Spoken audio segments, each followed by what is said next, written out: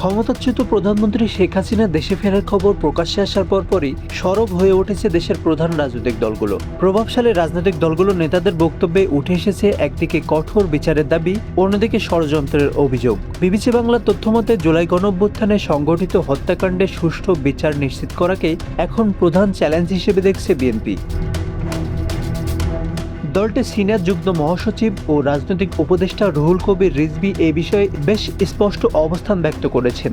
তিনি বলেন, শেখ হাসিনা বা আওয়ামী লীগ নেতাদের দেশে ফেরার সিদ্ধান্ত একান্তই তাদের নিজস্ব বিষয়। তবে জনগণ চায় জুলাই হত্যাকাণ্ডের বিচার। রাষ্ট্র ও সরকার এই বিচার প্রক্রিয়া নিশ্চিত করতে বদ্ধপরিকর।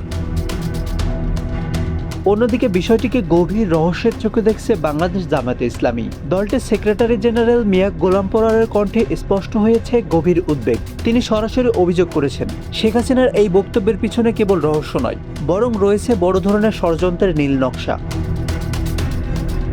মিয়া গোলাম পরোয়ার বলেন, ক্ষমতাচ্যুত শেখ হাসিনার এই বক্তব্যের পিছনে যেমন অন্তর্নিহিত রহস্য রয়েছে, তেমনই আশঙ্কা রয়েছে দেশের অভ্যন্তরীণ রাজনীতির কোনো মহলের যোগসাজশ থাকার। অর্থাৎ এই ষড়যন্ত্রে সরকারের ভেতরের কেউ জড়িত থাকতে পারেন বলে আমরা মনে করি। এদিকে এনসিপি সহ অন্যান্য রাজনৈতিক জোটও শেখ হাসিনার এই ঘোষণাকে তীব্র ভাষায় প্রত্যাখ্যান করেছেন। সব মিলিয়ে শেখ হাসিনা দেশে ফেরার ঘোষণা এখন বাংলাদেশের রাজনীতিতে এক জটিল সমীকরণ তৈরি করেছে।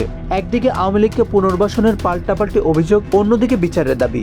এই দুই পরিস্থিতির মাঝে দাঁড়িয়ে আছে দেশের রাজনৈতিক ভবিষ্যৎ কোন দিকে মোড় নেয়, এখন সেটাই দেখার বিষয়।